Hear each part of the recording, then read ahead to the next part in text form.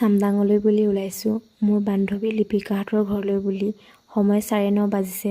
মই শদিয়াৰ পৰা অহা বাছলৈ বুলি ৰৈ আছোঁ। বাছত টিনাক লগ পালোঁ। মই টিনাৰ লগতে বহিছোঁ। মোৰ লগৰ চিমাৰণী যে তাই আগ চিটত বহিছে। আজি বতৰ ডাৱৰীয়া, কিনকিনীয়া বৰষুণ দিছে। বাছৰ পৰা নামি আমি এখন দোকানত সোমালোঁ। দোকানৰ পৰা লিপিকাহঁতৰ ঘৰত গৈ খাবলৈ বুলি কিবা বস্তু 2 পদমান লৈ ল'লোঁ। সিমানতে লিপিকাৰ ককায়েকে আহি আমাক এডোখৰৰ পৰা পিক আপ কৰি ল'লে। ৰাস্তাৰ কাষৰ এই মনোমোহা দৃশ্যবোৰ চাই গৈ এনেও ভাল লাগে, হয়নে? এয়া লিপিকাহঁতৰ ঘৰৰ পৰাই দেখিছোঁ লিপিকাৰ নতংকীবিলাক আৰম্ভ হৈ গৈছে। চাহৰ জুতিৰ মাজেৰে আমি কিমান যে আকাশত চাং পতা কথা পাতিছোঁ, মানুহে শুনিলে আমাক পাগল বুলিয়ে ভাবিব। চাহৰ লগত ভৰ পেট আইটেম খাই মোৰ পেট ভৰি গ'ল।